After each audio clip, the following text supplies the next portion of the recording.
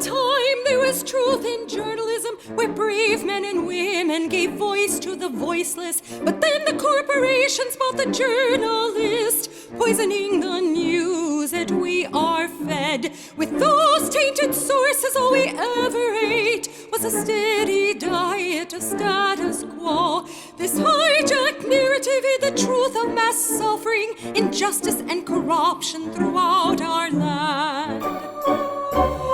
Status quo, status quo, status quo, status quo. To expose this shift to oligarchy came a band of honest journalists. They left the studio and hit the streets to give the microphone back to the people. From sea to sea, the people were empowered to share their truth. Their voices no longer stifled, reclaimed their power. Join the media revolution now.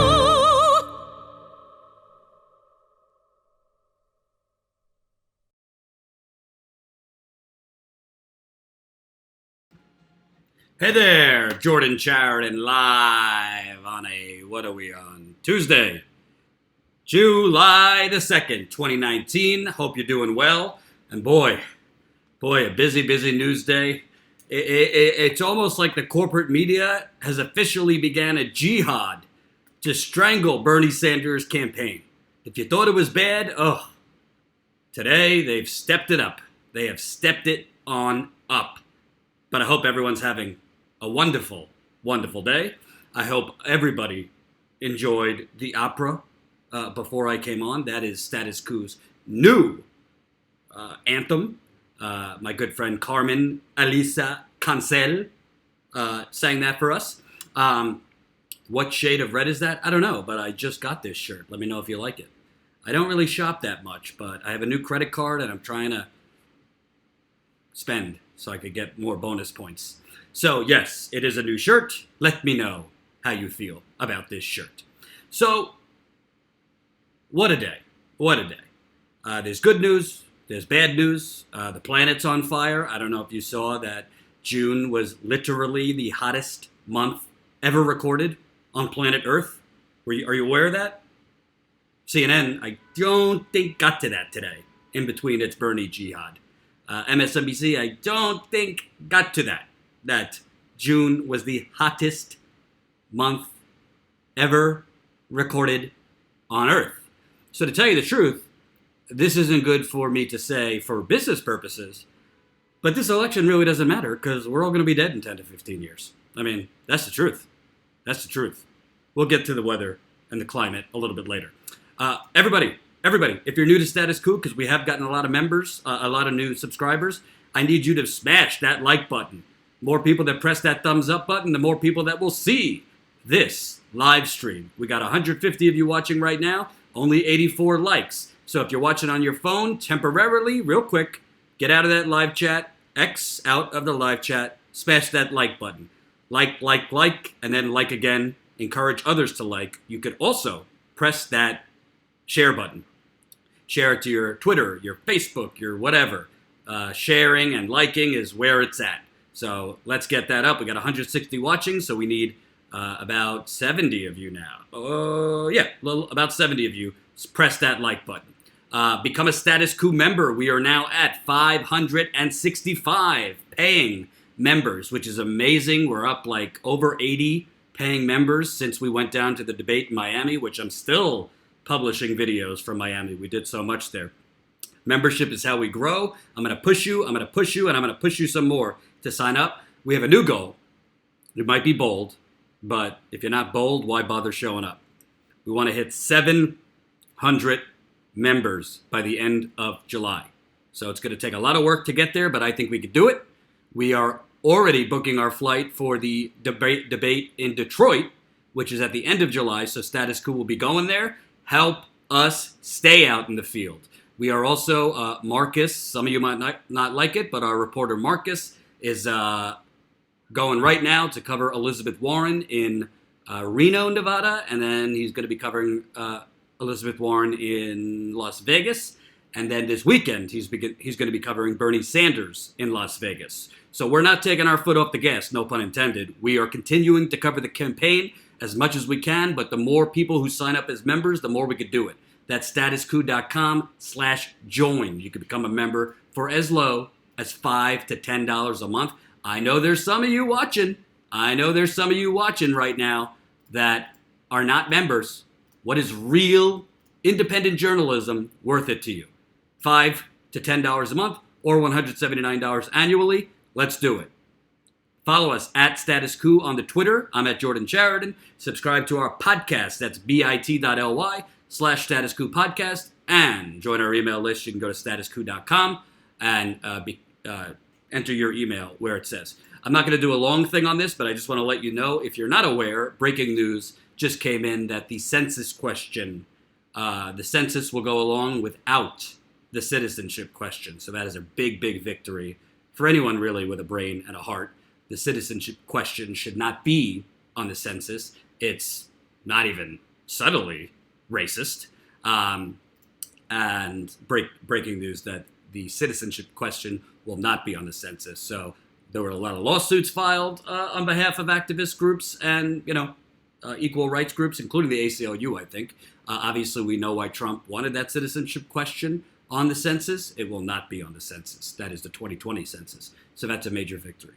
Now, moving on to politics. And remember, we got 200 people watching, so keep pressing that like button. This is a super chat, by the way. This is a super chat, so keep it coming in the super chat. And real quick, we just passed $65,000 in the GoFundMe. So about $2,000 from hitting that sweet spot where we'll be 20 grand away from 85,000. So we appreciate super chats, GoFundMe. The great Jen Dyes is in the super chat, putting all those links in there. So there is bad news for Bernie Sanders. I'm not going to sugarcoat it. Not all is well in Bernieville. I don't think it's as dire as the corporate media is making it seem. But if I'm being honest, some things are not going so swell for Bernie. New poll out in Iowa. The right corner is what it was at the beginning of June. Bernie was at 16%. So it was Biden at 24%, Bernie at 16%, Warren at 15%, Buttigieg at 14%, and Harris down at 7%. And now we see today, after the debate, Biden remains at 24% in Iowa. Harris saw the biggest bump, which we'll get to in a minute. She's up 9 points. Warren's actually down 2 points in Iowa. But Bernie and Mayor Pete there, America's new mayor, have fallen the most in Iowa. But I'm focused on Bernie because I think Pete is a media creation, and I'm not really that concerned about Pete for the long run. But Bernie is down at 9% in Iowa. Granted, I give all these polls a little grain of salt because most of them, thank you, Michael, $2 in the super chat, getting us started.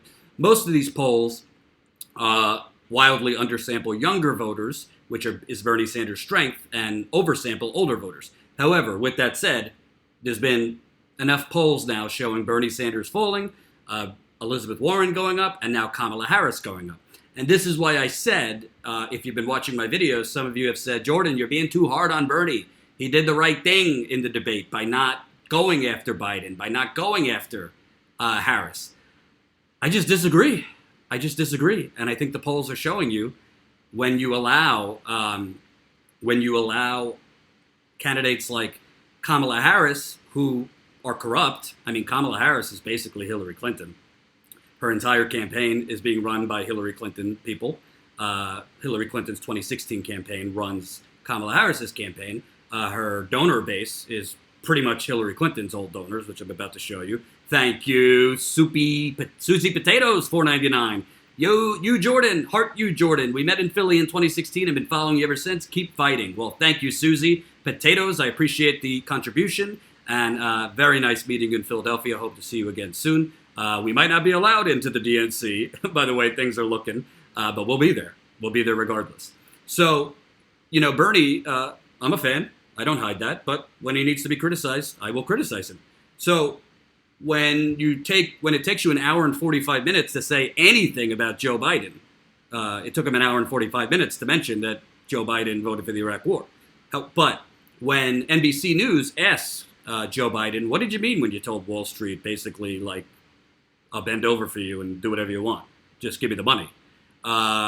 When you don't take the opportunity to say, well, we're a decade out from the worst global financial crash probably ever. I mean, yeah, the Great Depression, but I'm talking globally. When, we had a Wall Street candidate in 2016. How'd that work out in Michigan, Wisconsin, Pennsylvania, and Ohio? And by the way, to his left was Kamala Harris, who I think Bernie Sanders, should not have gone against Joe Biden on the busing thing. Obviously, Kamala Harris is going to be the better messenger on that. I get why he didn't get into that territory. But he could have very respectfully said, Senator Harris, you have some good ideas, but I don't know how you're going to get them done when you're doing fundraiser after fundraiser after fundraiser after fundraiser with big Wall Street fat cats. Statements like that, done the right way, show the American people that the emperor and the empress have no cloth. But Bernie, NBC News is not going to bring up the fundraisers they're having. I was actually surprised NBC brought up what Biden told Wall Street.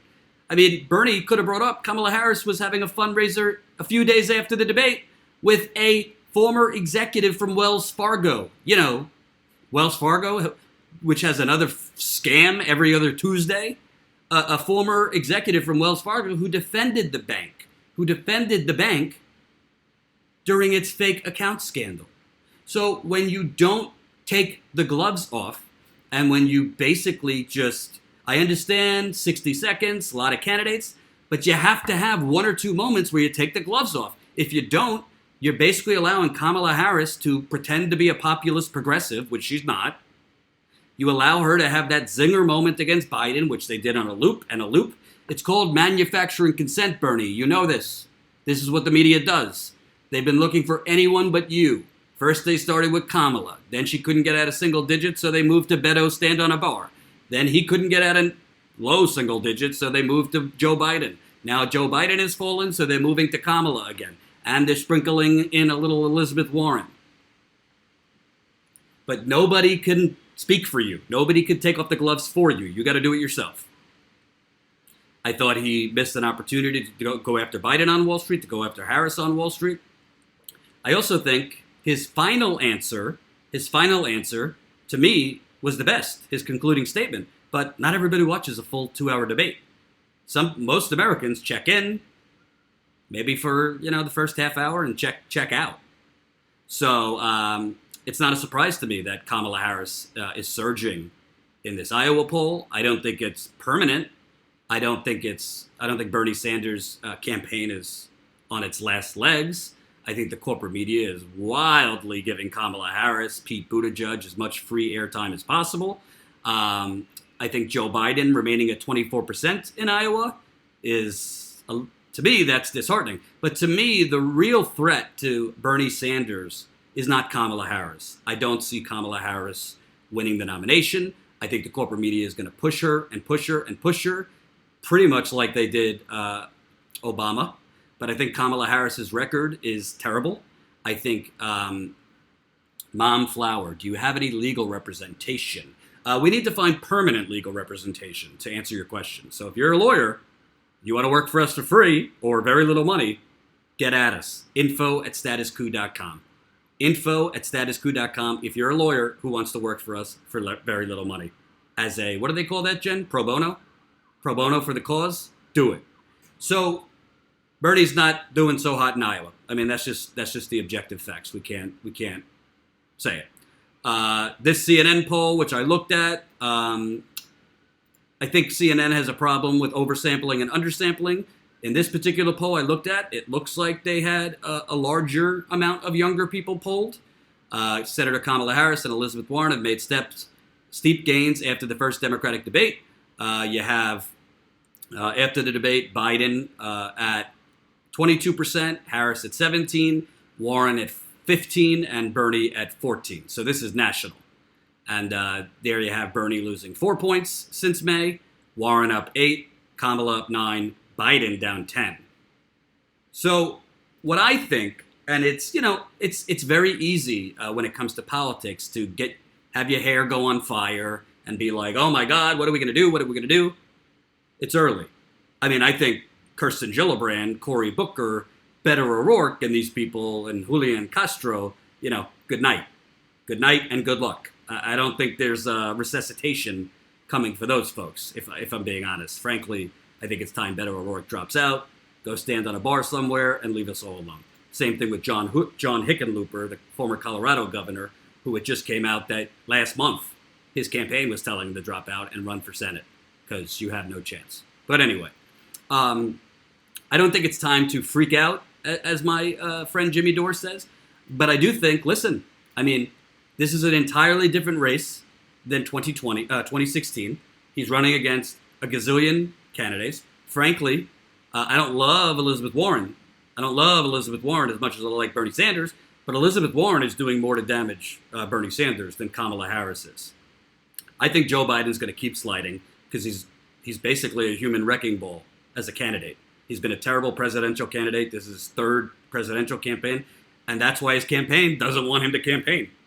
Joe Biden literally campaigns maybe every other Tuesday, and for a reason, because he puts his foot in his mouth, because he's still living in 1970. Thank you, Carrie, $20 in the super chat. Bernie is ahead of Biden, these polls, CNN, MSNBC, Fox, Sinclair, stations, bogus. No, he's not. That's not true. Bernie is behind Biden in these polls. I don't think he's behind as much as these polls say. I've already reported on how the polls are oversampling older voters and undersampling younger voters, but he is behind. I think Warren has done more to take votes away from Bernie, which actually gives me a little pause wondering, what are these people who voted for Bernie Sanders in 2016, what are they thinking now? The only thing I can think of is they're being kind of hoodwinked that Elizabeth Warren is on par with Bernie Sanders as far as being a progressive. And I think they're going to be very, very, very sorely disappointed if Elizabeth Warren was the nominee. First off, because I don't think she would beat Donald Trump. But secondly, I don't think Elizabeth Warren is as progressive as Bernie Sanders by any objective measure. I think a lot of Elizabeth Warren's plans, frankly, are borrowed from Bernie Sanders and other senators who she signed on as a co-sponsor to these plans. I also think that Elizabeth Warren, based on her record, is more likely to, quote unquote, make deals with corporate Democrats and Republicans than put her, plant her flag and fight from the beginning for what she wants. Doesn't mean you're always going to get what you want, but we want a fighter who's going to fight for the policies that they promised during the campaign. Sometimes you'll have to compromise. If Bernie became president, you might have to compromise sometimes. But we don't need another Obama who right out of the gate compromises half the field to the Republicans. That's not what we need, in my humble opinion. So Bernie, I'm being honest, that's not looking good in Iowa. You also have, let's see. Oh, of course, CNN took this opportunity. This is Harry Enton, the forecaster. Bernie Sanders is in big trouble. They're looking for anything to declare his campaign dead. Bernie, I'm not going to read the whole thing, but Sanders was just at 14% in CNN's latest national poll. That's down from 18% in our last poll. I mean, 4 points is bad, but it's not. He didn't go from 18 to 8. It's 4 points. So I think all this, the corporate media is going to look for ways to basically declare Bernie dead. And I also want to point out, a lot of this is based on manufacturing consent and also leaving out kind of important facts. I want to show you a clip from CNN today that makes that point. Here we go. Speaking of Sanders, his campaign just released its latest fundraising total, bringing in $18 million in the last 3 months. So what does it all mean? Who better to explain than Iowa's favorite son, except he is not from Iowa? CNN's Jeff Zeleny joining me now. Jeff, so many numbers, so little time. What do you make of it? Okay, good morning. Let's do some math here. The reality is for Bernie Sanders, that $18 million he raised in the last 3 months, yes, it's a very good number. It's a consistent number to what he raised in the first 3 months of the year. But it's slightly lower, it's $6 million lower than Pete Buttigieg's number that he released yesterday. So it shows that Bernie Sanders is no longer leading the way in terms of fundraising.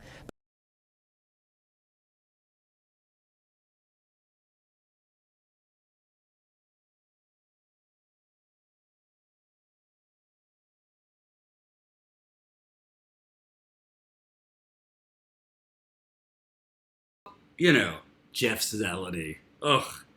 You can see the Access journalism just oozing out of that suit. So, on the same day, as he said, Bernie Sanders raised $18 million in April, June, and July of April, May, and June of this year, which is the second quarter of 2019. So, what you have here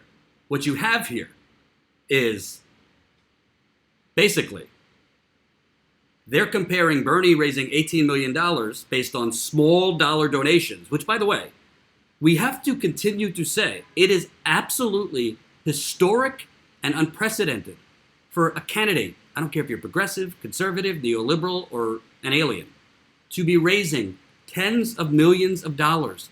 Bernie Sanders' average donation for the second quarter, $18. And he raised $18 million.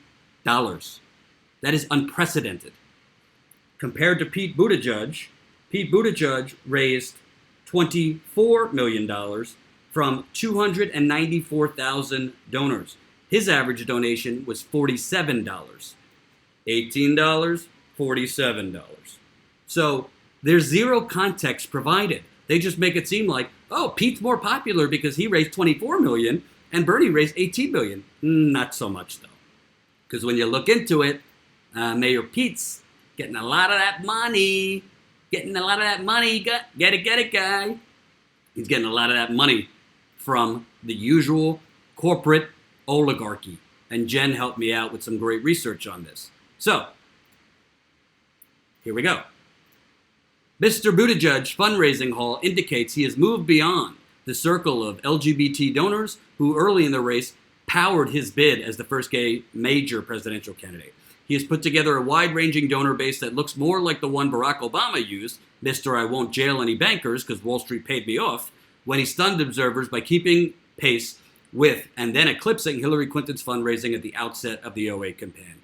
They've got a badass operation. Rufus Gifford, what a name, the finance director for Mr. Obama's re-election campaign, said of Pete's campaign. During the second quarter, Mr. Buttigieg attended about 50 high-dollar fundraising events, for which ticket prices typically ran $2,800, the maximum individual contribution allowed by federal law in the primary. But don't worry, he also had 20 grassroots fundraising events for which ticket prices started as low as $15. So what would you say?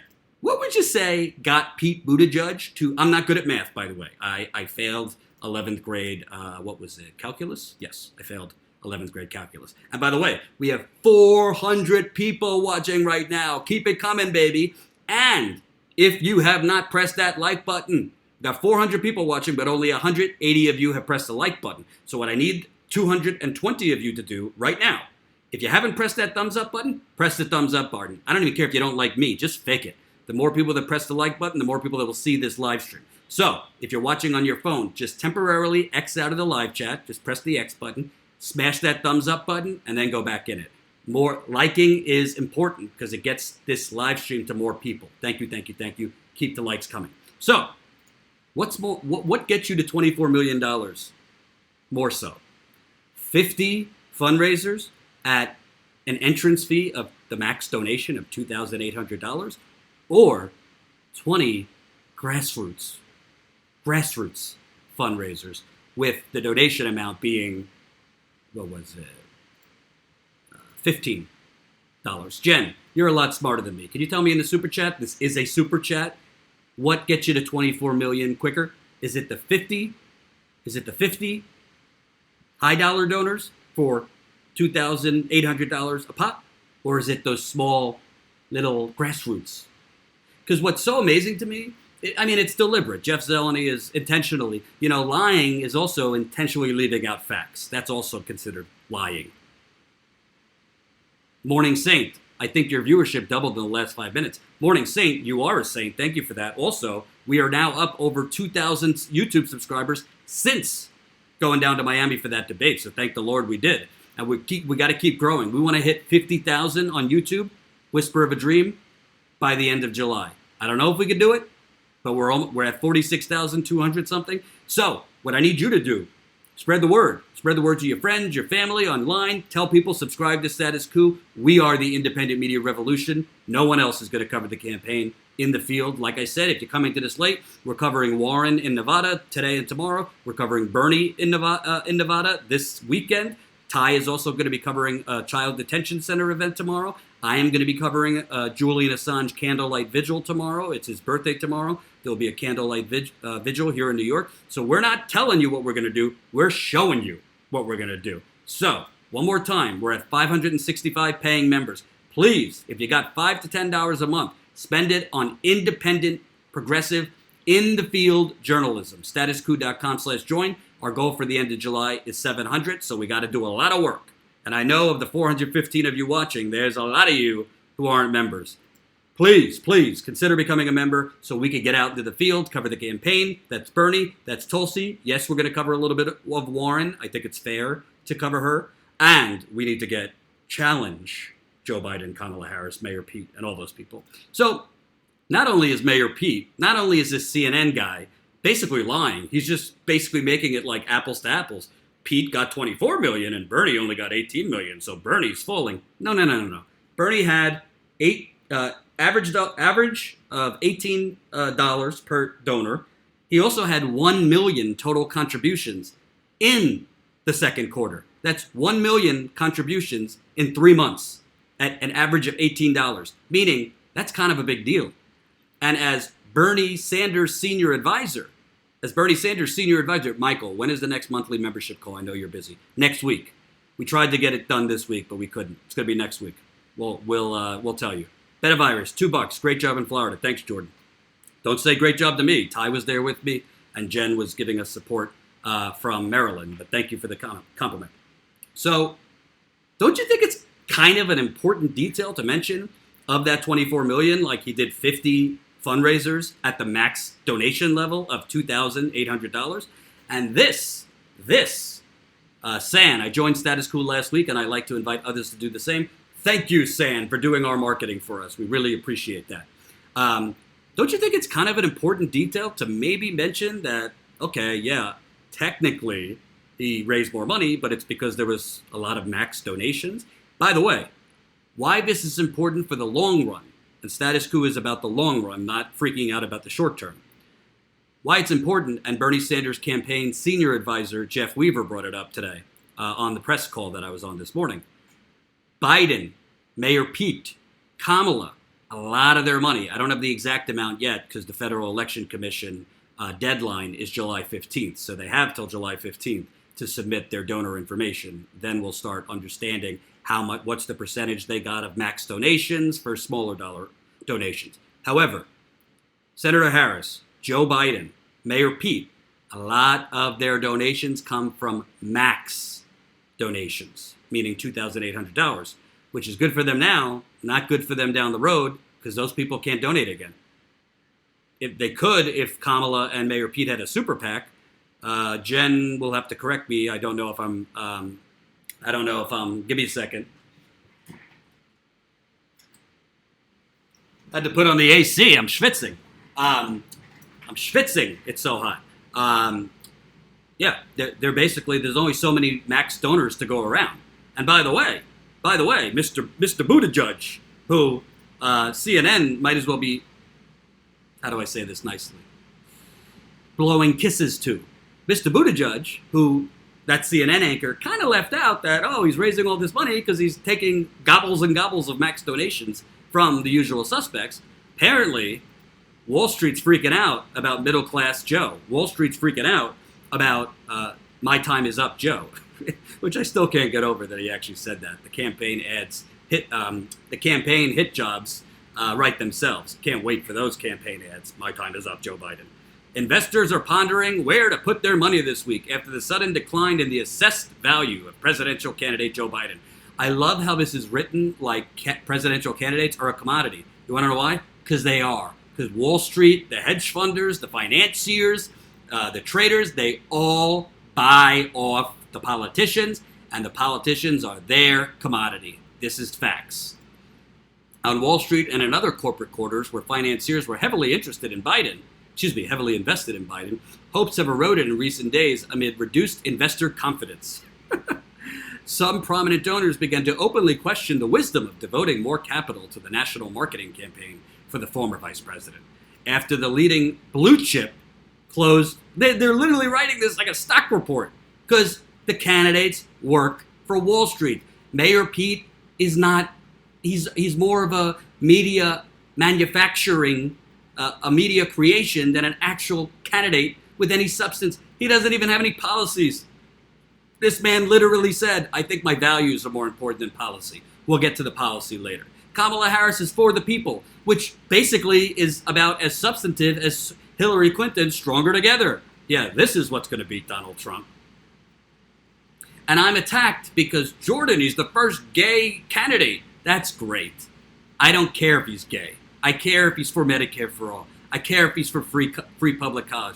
I care if he's going to save the planet after it just came out today that June was the hottest month on Earth. It is the hottest month on record on planet Earth, June. You want Joe Biden's middle ground? You want Mayor Pete? I don't even know what his climate change policy is. Same goes for Kamala Harris. Bernie Sanders has been leading on climate change. Oh, by the way, I must tell you, welcome new status quo members, Alejandro Lopez Ortega and Griffin Moser. We are now at 567 status quo members. Thank you for joining the media revolution. Let's get that up to 570 ASAP. Statusquo.com/join, statusquo.com/join. And we're adding new member content today and tomorrow. Special bonus videos Ty and I did, including our really wild 3 a.m. drive home we did. Wait for that one. We had to drive home at 3 a.m. because somebody accidentally took our keys. What a ride that was. So, more on this. You have Pete Buttigieg basically being written about as a blue stock investment by Wall Street. Venture capitalists, hedge fund managers, powerful CEOs, and other wealthy individuals sensing a political emergency that may require swift and decisive action are moving to widen financing spigots for Kamala Harris. With contingency planning, there is elevated interest in Pete Buttigieg. One previous hot startup, Beto O'Rourke, is now considered to be too underperforming to warrant reinvestment. What's so amazing about this is cravenly corrupt. Cravenly corrupt. These Wall Street donors are not investing in Kamala Harris because they think she's for the people. These Wall Street donors are investing in Kamala Harris because they know she's a bunch of hot air with a pretty face, a nice smile, and nothing to back it up. It's all branding. Oh, I'm the best to prosecute the case against Donald Trump because she was a prosecutor. Well, wait till that prosecutor record comes out, because there's a lot of people in jail in California that shouldn't be in jail, but Kamala Harris fought to keep them in jail even after evidence came out that they were innocent. There's a lot of people in jail in California that should not be in jail, and she went after single mothers over truancy and questionable things related to not mandating her police had body cameras statewide, but then she was taking credit for it on the debate stage, being kind of against legalizing marijuana, but for legalizing marijuana when it became in vogue. Not a great record, which is going to be exposed if she keeps moving up in the polls. It's also going to be exposed, and this is why I had a problem with Bernie Sanders not taking the gloves off. Bernie, go to a boxing match. I know you're 77, but do it slowly. Practice. You could do it without being a negative campaigner, but you got to take the gloves off. No one else is going to do it for you. Devon Miller, 199 in the super chat. A lot of recent polls have Bernie in second. Yes, there are recent polls that have Bernie in second, but there's some polls that have been popping up with him in third after Warren. So we can't bury our head in the sand. I mean, I like Bernie, but I have to be honest with you. It did fall in Iowa in the latest poll. And there's been several polls recently that have Warren not significantly ahead of him, but, 1 point ahead of him, 2 points ahead of him. And Warren is the biggest problem for Bernie Sanders. It's not Kamala Harris, it's Warren, because she's taking a lot of Bernie voters away. And frankly, I don't want to condemn those people. She's not as bad as Joe Biden. She's not as bad as Kamala Harris. But, like, if you were for Bernie in the first place, can't you tell capital P progressive from a Johnny-come-lately progressive, from a progressive when she feels like a progressive, from a progressive that votes for a $715 billion defense budget, from a progressive that sits out the battle between Bernie Sanders and Hillary Clinton? Can't you tell the difference?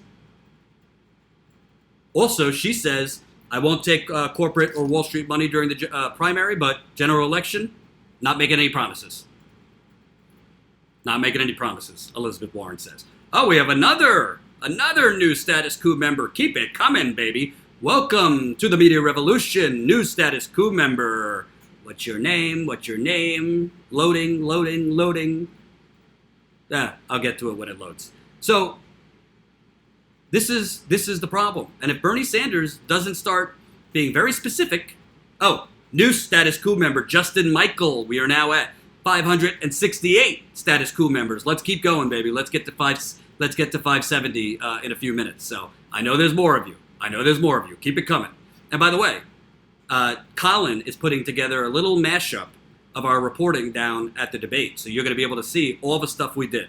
All the stuff we did down there. We did a lot in 2 days. And we're going to do a lot more as we get this membership money up. That's why we're going to cover Warren now. And don't think we're going to cover Warren and we're going to be giving her free passes.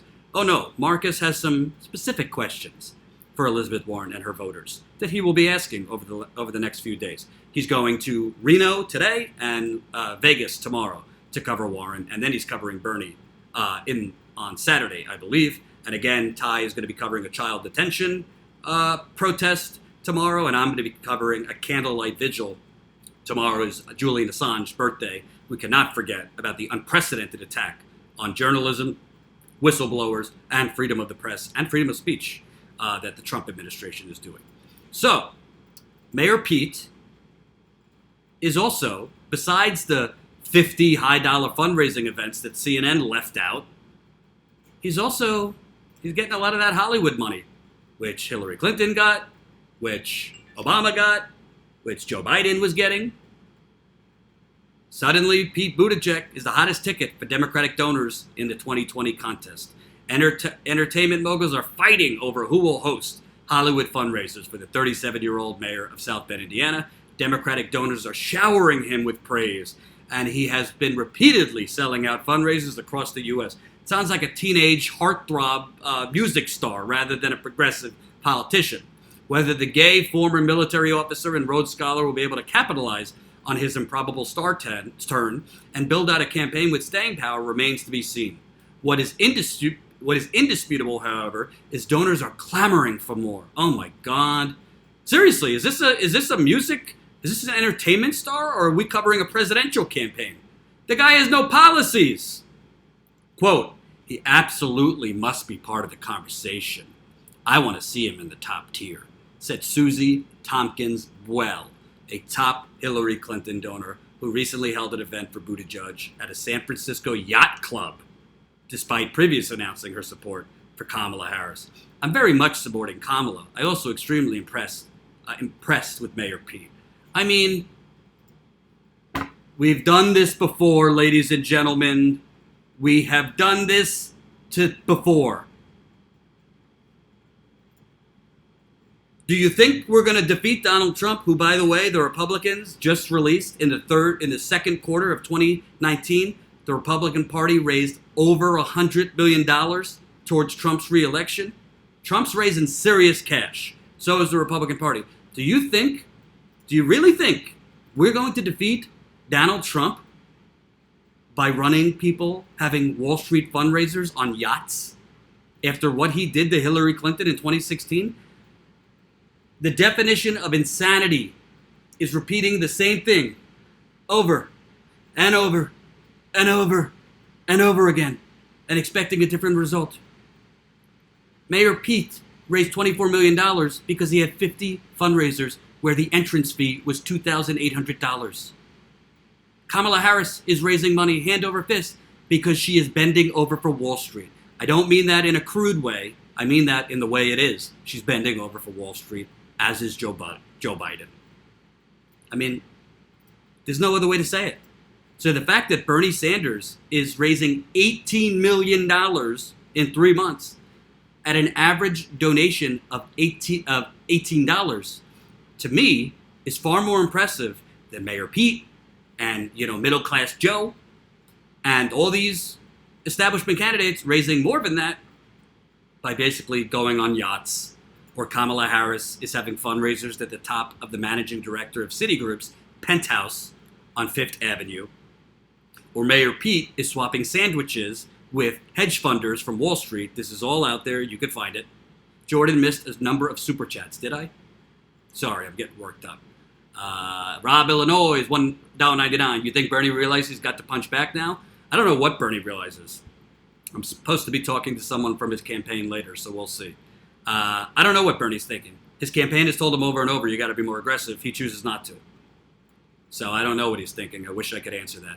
Yeah, okay, buddy. $2 in the super chat. Warren is bought by MIC. She needs to be called out. Military-industrial complex. I agree. That's why Marcus is going there to ask some specific questions. Devon Miller, $1.99 in the super chat. Don't believe the hype. 2020 is Bernie's year. I'm not calling, I'm not saying it's the death of Bernie's campaign, but I have to report accurately. He's sliding in the polls. This is the truth. We can't bury our head in the sands. He is sliding in the polls. So, what can I tell you? I would like to see him fight more. I think if he calls out Joe Biden, if he calls out Kamala Harris, if he respectfully points out some differences between him and his friend, Elizabeth Warren, I think that's going to make a difference. People respond to a fighter. Look at Kamala Harris. She's got no actual policies that are going to help anyone.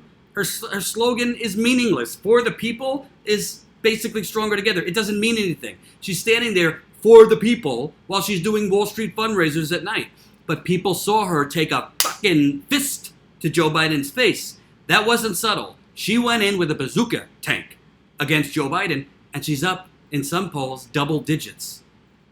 That's the American people. Most of them are not like us. Most of them don't know policy. Most of them don't know substance. Most of them know optics. Most of them look at optics. Most of them get informed from debates or conventions, and they respond to those who fight and those who expose fraudulence and hypocrisy, and those who seem different. Bernie Sanders has the ability to do all that, but he didn't do it in that first debate. He can do it in the next debate, which Status Coup will be going to in Detroit. Become a Status Coup members to help us fund in the field reporting. Keep it coming. We're now at 568. Let's get to 575 by the end of this live stream. We got plenty more to cover today. So, it's not all bad. It's not all bad. There is also a good poll out. CNN poll. Democrats see Bernie Sanders as the best to handle health care. About half of Democrats and Democratic-leaning independents want the government to provide a national health insurance program, but don't want it to completely replace private insurance, according to a new CNN poll. Yet the candidate who is seen as the strongest on health care is Bernie Sanders, the candidate who unapologetically backs Medicare for all and wants to see the end of the private insurance industry. When asked which Democratic candidate for president can best handle health care, Democrats and Democratic-leaning independents supported Sanders above the rest, 26%. Following Sanders on health care is Biden at 18%, Warren at 16%, and Harris at 10%, which goes a long way because Kamala Harris can't keep her story straight. One day she's for ending private insurance, the next day she's against it, the next day she's for it, the next day she's against it, the next day she's for it and against it. Nobody could keep up. But let me tell you something. This is kind of strange because I'm told by CNN Medicare for all is radical. I'm told by CNN the majority of Americans don't want socialized medicine. I'm told by Washington Post Bernie Sanders is a Soviet Union spy. I'm told that we can't have socialized medicine. It's tyranny if we have Medicare for all. Well, apparently the American people disagree, and they trust Bernie Sanders. Why is this important? You want to look at polls. If you remember after the midterms, 41% in the exit polls, 41% said the biggest issue they voted on was health care. Bernie Sanders' top issue is Medicare for all. That will translate. It will also translate because Donald Trump, during his 2016 campaign, said, oh, this isn't a very Republican thing to say, but we're going to give health care to all. It's going to be big, beautiful health care, universal. Well, that's a contrast because obviously Donald Trump is not providing anything of the like. Also, the majority of voters support Medicare for all. The majority of voters support Medicare for all if they can keep their doctors, even if that means a diminished role for private insurance, a new poll finds. This is Morning Consult Politico. Survey reports that 55% of voters support a Medicare for all system when told it would diminish the role of private insurers, but that people could keep their doctors. When respondents are only told that Medicare for all would diminish the role of private insurers, the share supporting the idea falls to 46%. The poll comes as Democratic presidential candidates are battling over how to go towards supporting a government healthcare system. So you got two polls here. One shows Bernie Sanders is trusted the most to handle healthcare, and another one shows 55% are for Medicare for all if it doesn't totally eliminate private health insurance.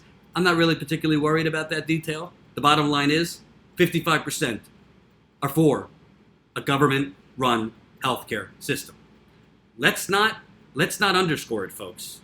That is a major accomplishment. And yes, there's activist groups, there's the nurses union, there's a lot of different people.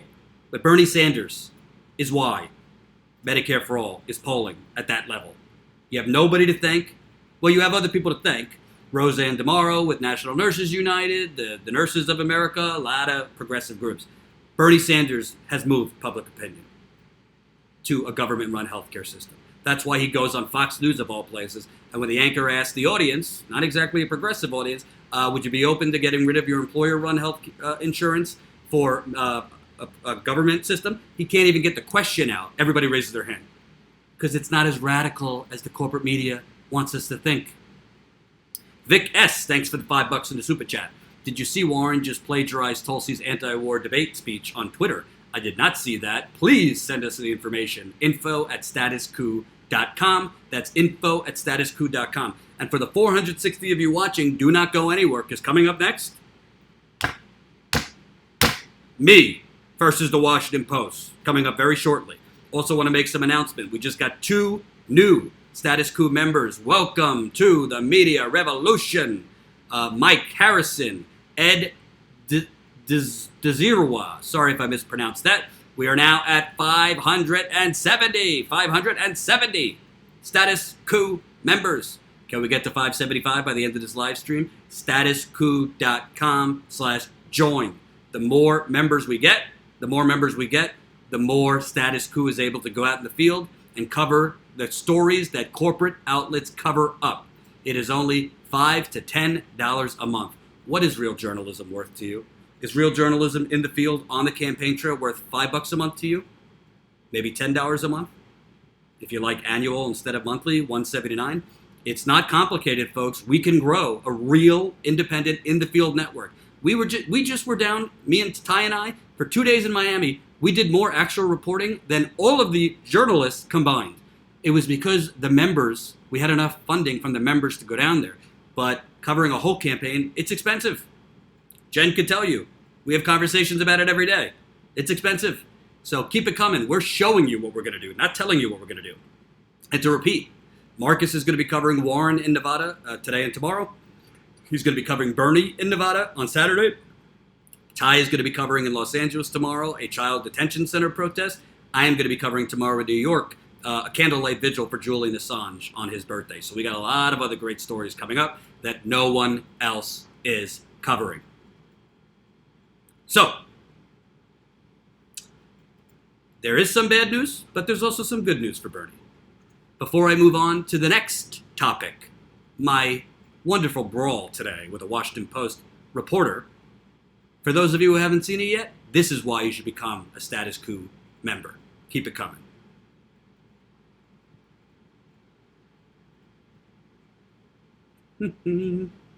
If I could find it. I've been speaking with people online waiting to get in for a few hours, and a common thing you kind of hear from Bernie voters is, let's finish what we started. We're going to win this election because we are putting together the strongest grassroots campaign in the history of American politics. I'm live, sorry. Hey everybody, look at Status Quo is out doing, what do they call this, reporting. We the people, we got to be running Bernie as an independent regardless now. Why is it that all of the money is going to the 1% and, our wages are staying flat? I mean, everybody's working hard. We're all going for the American dream, but it's not happening. The United States, if you were president, have to look at some of the things it's doing to spark radicalization. Yeah, I think it is important to look at the ideology that is driving different terrorist groups. Take a look outside of New York at the plight of the working man and woman of this country. And we gotta keep it 100 and respect and lift up our black women. Most of them putting in that work was black women. What does it mean to be a leader? Everybody in the front ain't a leader. You judge a leader by the work that he or she produces. We have a lack of leadership because we have people who are trying to force other people to be leaders. He's going to need people actually correcting the record, because I think a lot of people, particularly some older, more establishment voters, think he's a socialist boogeyman, and they're going to need people knocking on their door to explain, no, he's not. He's just trying to do basically what like FDR did. Where would we be if JFK said, going to the moon is a pie in the sky? I don't know. No, we make the decision to do it, and then we figure it out. Bernie Sanders is at least coming out saying, hey, this is what I'm about.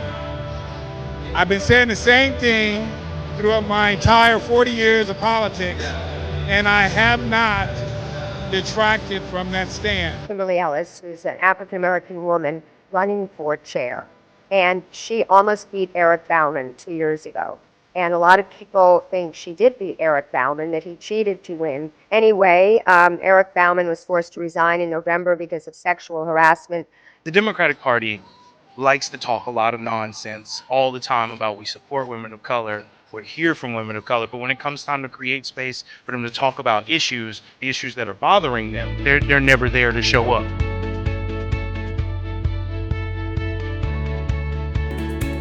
So is this your first Bernie Sanders rally? It is. Okay. Yes. So what? I'm a convert. I think when the debates come around, I'd like to see him go a lot harder against his opponents. I like to see him call them out for the corruption that is very obvious. This is why status quo exists. All the corporate folks have left. We're still here. I want somebody to come in that's not owned, that doesn't owe anybody anything, and get our country back, get our country right again. We have seen throughout history far too many examples of how U.S.-led regime change have been driven, frankly, by corporate interests. Become a member of the Status Quo.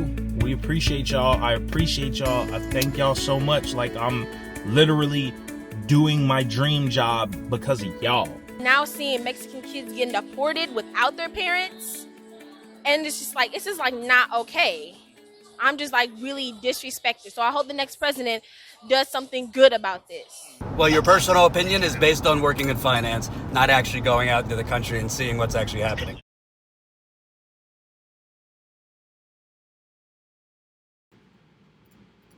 Whew. Tickles me every time, that promo video. Good job by Ty. We're at 571, now 571 Status Quo members. Welcome to the party. Tony Versuli. Sorry if I'm mispronouncing that, Tony. Thank you for joining Status Quo. Can we get to 575? I feel like it's an auction. Statusquo.com/join. Keep the support coming. This is how you build a in-the-field, progressive, independent media revolution. And I'm talking about a revolution. I'm not kidding around. We're going to do this, and we're going to do it right. So keep it coming. Apparently, I missed a super chat. Balthazar, Status Quo. It was that minus 800. 800 of the 1,000 polled by Suffolk identified as moderate to conservative. The poll is brazenly improperly sampled. Brett Balthazar, write in the super chat. Are you talking about the Iowa poll? If you are, bad on me. I didn't have time to really look that in depth.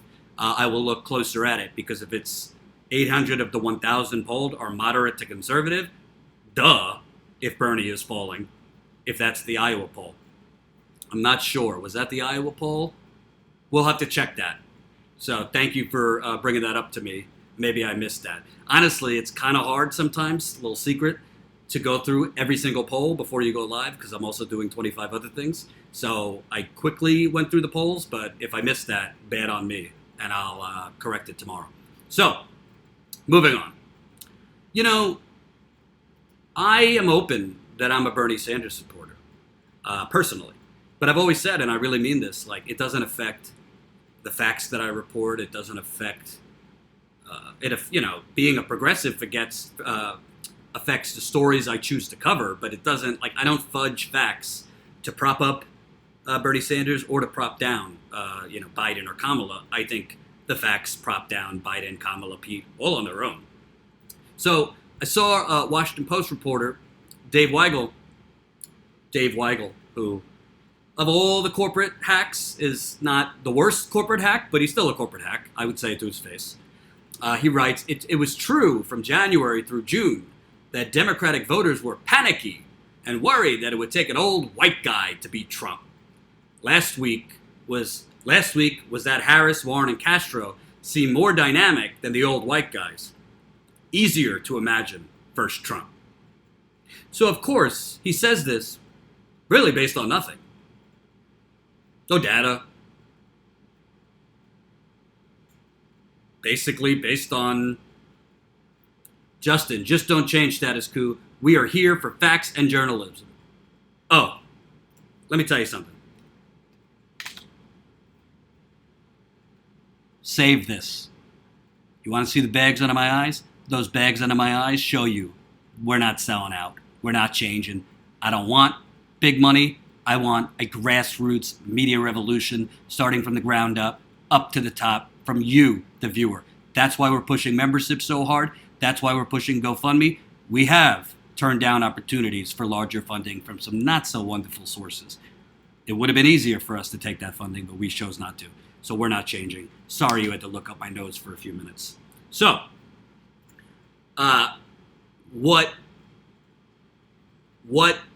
ooh, those bags are ugly. What Dave Weigel is saying that Kamala Harris, Julian Castro, who was the other one? Kamala Harris, Julian Castro, and I guess Pete, they look like they could take on, Harris, Warren, and Castro, that they could look on Trump. It's not based on anything, of course. It's just horse race, quote unquote, journalism. Horse race journalism. So I called him out.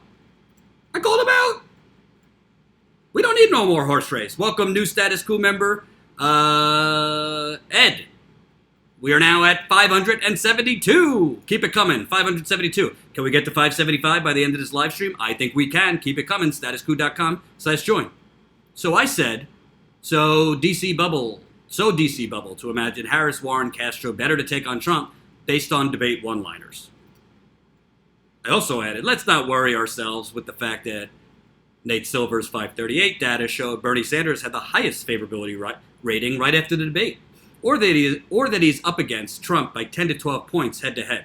I should have specified, and somebody rightly called me out on it, I should have specified 10 to 12 points head-to-head in Michigan.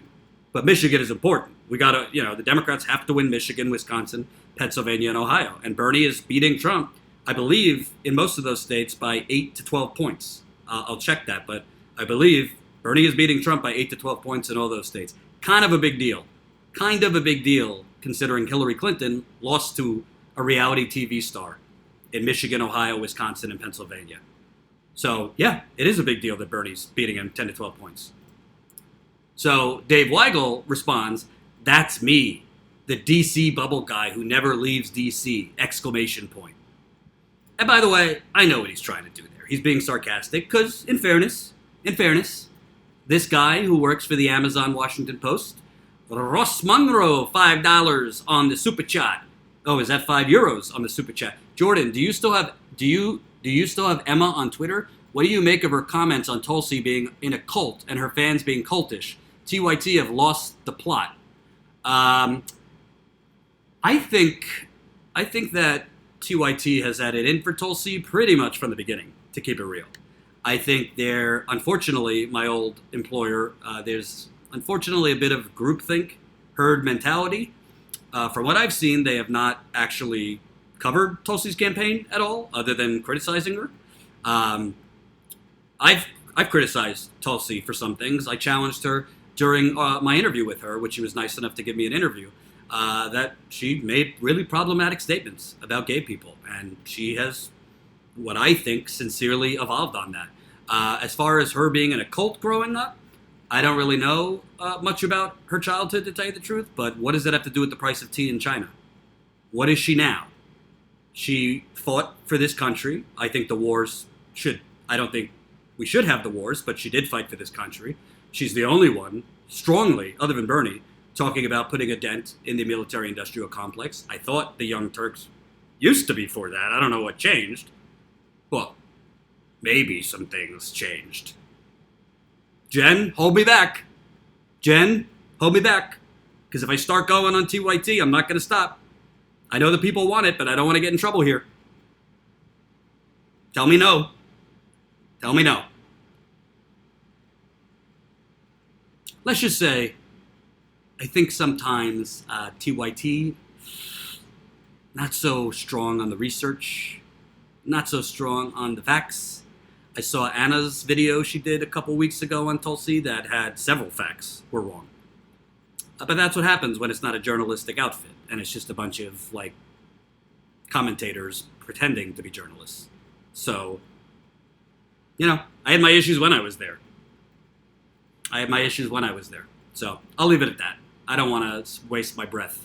As far as Emma, I think I saw what you're talking about. I don't know why Tulsi's childhood is the biggest deal.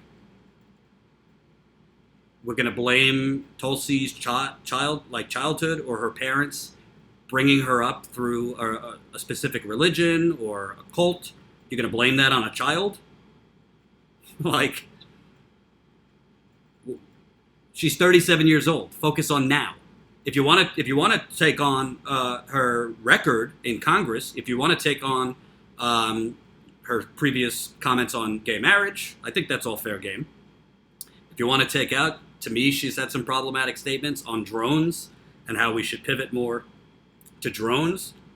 But you're going to spend your time talking about that she was in a cult as a kid, which, by the way, full disclosure, I don't know enough about it. I've never looked into it that thoroughly because to me, it does not matter. Holly, no, I did not misuse funds. I did not. Wish I can go into that more, but legally I'm not allowed to. But that was never true. And I don't appreciate, lies being said about me, but that was not true. And if you ask Jen, my business partner, if you ask Ty, if you ask anyone who has ever traveled with me on the road, I'm one of the cheapest motherfuckers you had ever met. I used to have my father drive me to and from the airport, the whole campaign trail, so I didn't have to charge them for my Ubers. Ask Jen. I'm pretty cheap. Probably to the point where I shouldn't be as cheap, because obviously sometimes you have to spend money in a startup company to make money. But I'm pretty cheap, and I think Jen would tell you that because she spent way more time than any human should spend with me.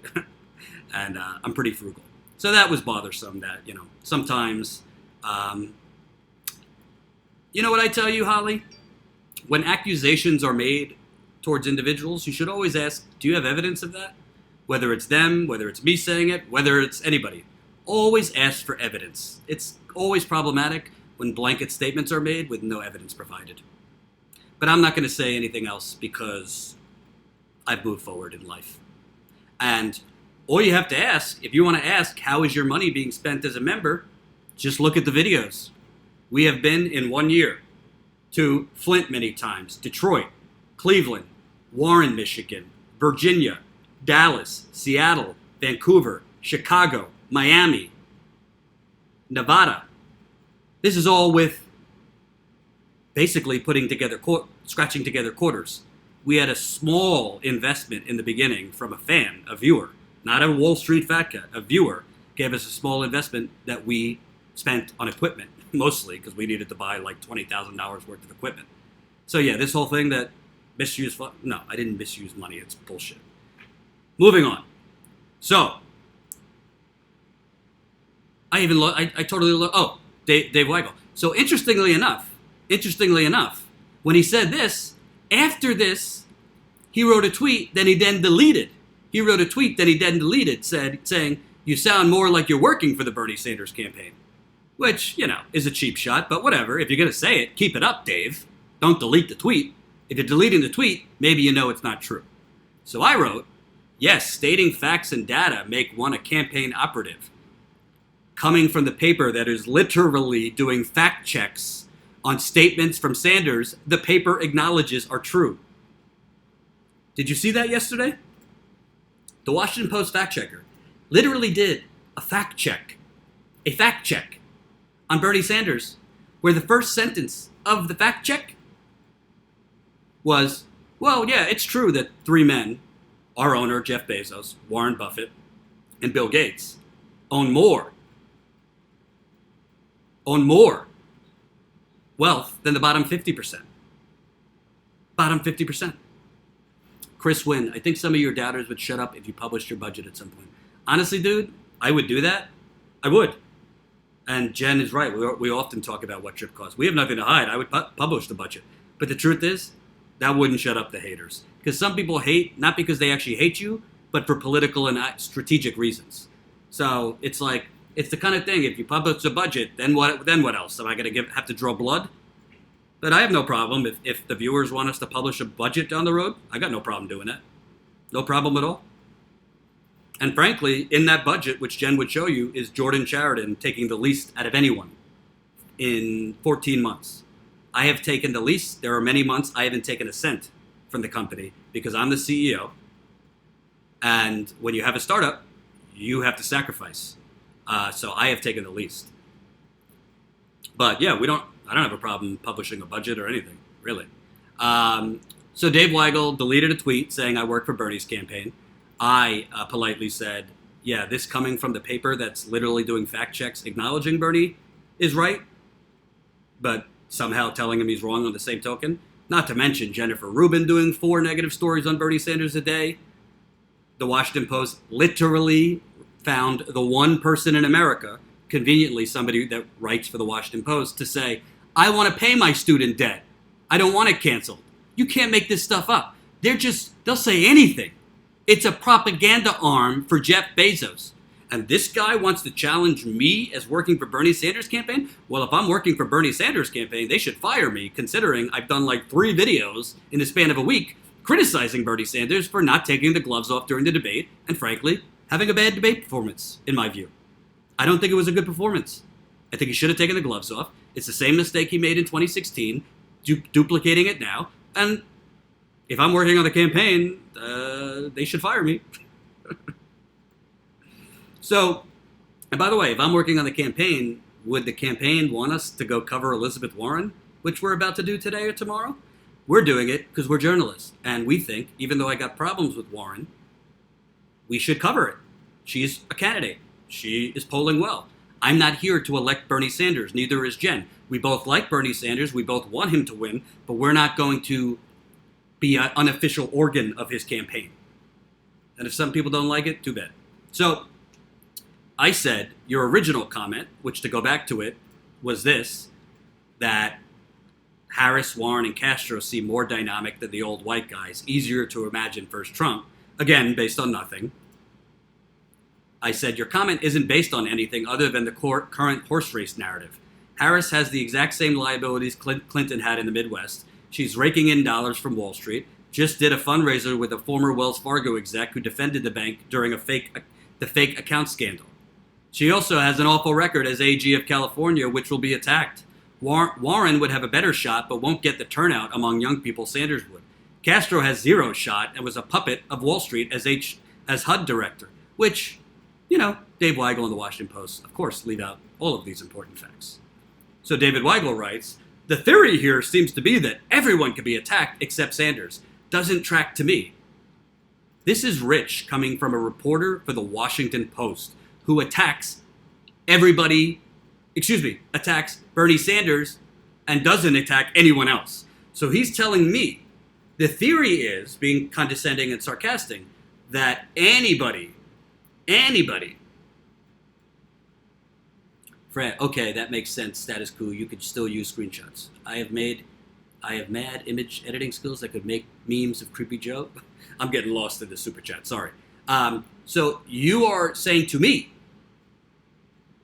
that I'm basically attacking everybody but Bernie Sanders when the Washington Post literally, as their operating democracy, their slogan, "Democracy dies with darkness," it should really be "Democracy dies with President Sanders," because that's all they do. It's hit piece after hit piece after hit piece after hit piece. And I'm totally okay. If you want to cover Bernie Sanders critically, if you want to cover him on, valid concerns, if you have some, maybe you think he doesn't play nice in the sandbox, maybe you think a public option is more feasible, if you have data to back it up, go for it. He's a big boy. He's a presidential candidate. He shouldn't get no criticism. And I'll criticize him when I see something to criticize about. But I'm not going to just invent criticism and invent tough coverage to be like, see, I cover everyone fairly. No, I'm progressive. He's not taking money from Wall Street. He's not taking money from fossil fuel companies. He's not taking money from big pharma. He's not taking money from big real estate. He's not taking money from Silicon Valley. That's good. What do you want me to do? So I wrote back to Dave Weigel, who blocked Jen many years ago, which we don't appreciate. Don't you block Jen dies. So after he said this, I said, everyone except Sanders. Dude, your paper is a clearinghouse for attacks on Sanders. Jennifer Rubin must sit in a room listening to Simon and Garfunkel songs, dreaming up her 4 to 5 hit pieces per week. Criticizing Bernie is fine if it's actually based on something. I think his first answer at the debate was piss poor and didn't make his Medicare for All case very well. Also think he did a bad job at not pointing out both Harris and Biden's lavish Wall Street fundraisers. I'm just noting. Yes, I get it, Weigel responds. I just get my back up when accused of being part of the DC bubble. I live there, but everything I know comes from the early states. Well, with all due respect, Dave, and I know you're not watching, but I hope you see this. I hope you see this. Jordan, you sound like me in the shower? Oh, okay. With all due respect. And by the way, we are now at 573 Status Quo members. Welcome to the party, Levi James. Can we get to 575 by the end of this live stream? I'd like to get to 575. Our goal for the end of July is 700. So if we can get to 600 by I don't know. Jen, when would you think we need to get to 600, Jen, to have a feasible chance of getting to 700 by the end of this month? I would say we need to get to 600 by July 10th. What do you think, Jen? July 10th, we need to get to 600. I mean, preferably before then. But by July 10th, 600. So then we could look at, start marching towards 700. So he says all this to me. And by the way, when he says, oh, I leave D.C., I know everything for the states. Well, I've seen you on the campaign trail, Dave. You're not exactly out there in the crowd interviewing voters. You're back with the bourgeoisie, corporate journalists on the press stage, tweeting, doing whatever you people do. Because I very rarely, and I traveled in 2016, I saw you at these rallies. I didn't see you much interviewing people. So I don't really know. You're saying you're putting your finger out in the wind, and this is how you formulate that Julian Castro, Kamala Harris, and Warren would be better against Trump. No data to back that up, of course. No empirical statistic, no nothing. Just because I've seen you at the rallies. You're not exactly, I'm not patting myself, but you're not exactly there 2 hours early interviewing voters. I've seen you once in a while with your notepad or something like that. So I don't really want to hear, oh, I leave the DC bubble. No. So I speaking with people online. I said, well, since you travel, I'll say you are outside the DC bubble and merely a lover of the horse race. It's a compliment, Dave. And he liked it. In a way, I think I was too generous and too nice to Mr. Weigel, to tell you the truth. But, listen. Status quo, we definitely are rabble rousers. We definitely are ready to take the gloves off, but we can't piss off everybody all the time. We can't piss off everybody all the time.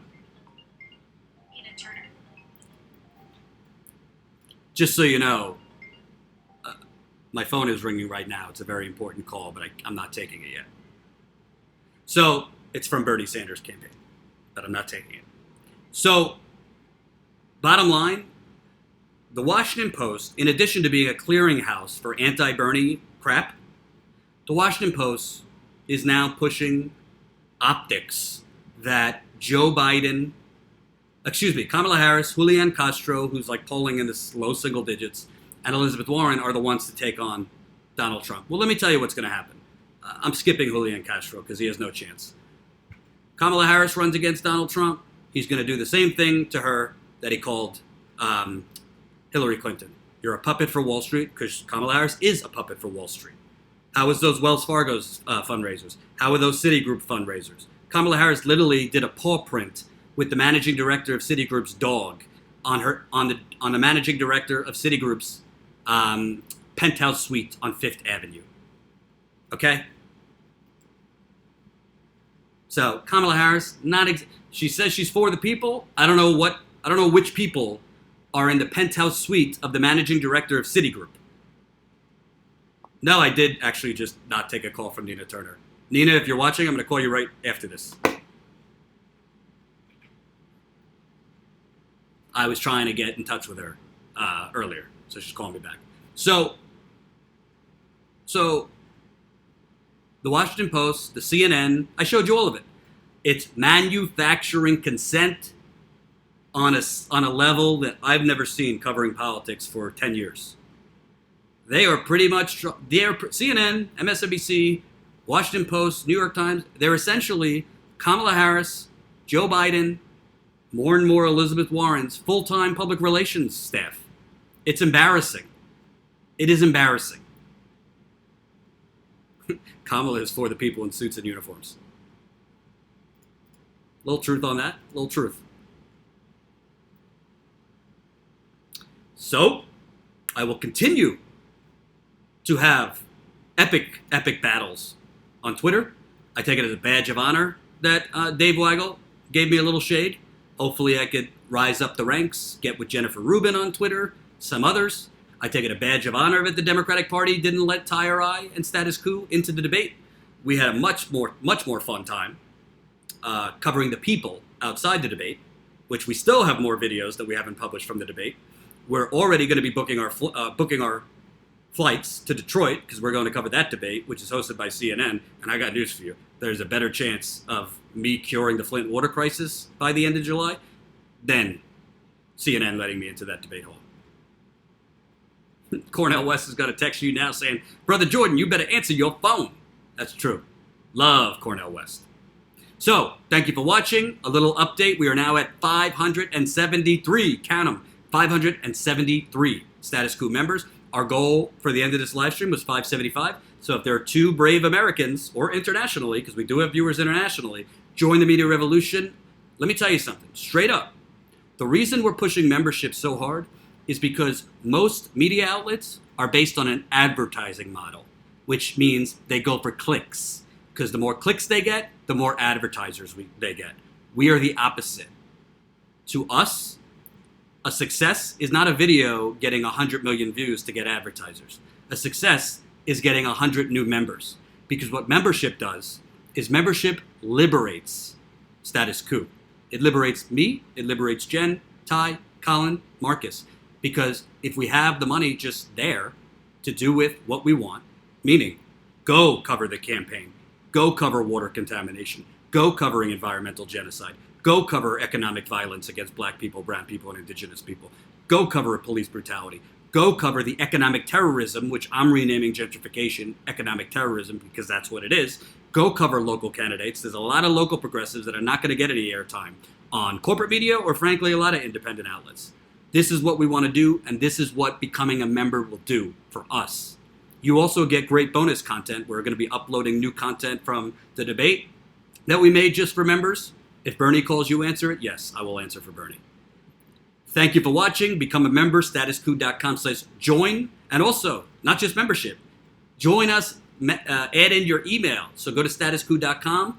Make sure you enter your email. Email is how we grow too. We got to grow our email list. We will not spam you too much. Also, if you need new swag for the summer, go to statusquo.com. Click on our store. It will take you to our store where you could get such swag you wouldn't believe it. I don't know about you, but I want to go to the beach with a Status Quo shirt like that, or a Status Quo tote bag. I want to wake up with a Status Quo mug with my coffee, tea, or otherwise. I want to work out with my Status Quo workout pants. Where are you? My Status Quo sweatpants. There you are. I want a Status Quo sticker. I want a Status Quo poster. I want a Status Quo tank. All of these could be yours. A hoodie. That's another great way for you to support us and get fly swag. Thank you for watching. I will see you tomorrow. I'm going to be covering the Julian Assange Candlelight Vigil here in New York City, so be there for that. As always, most people are not lacking compassion in this country. Most people have no effing clue what is going on. Become a member right now. Statusquo.com/join. Peace.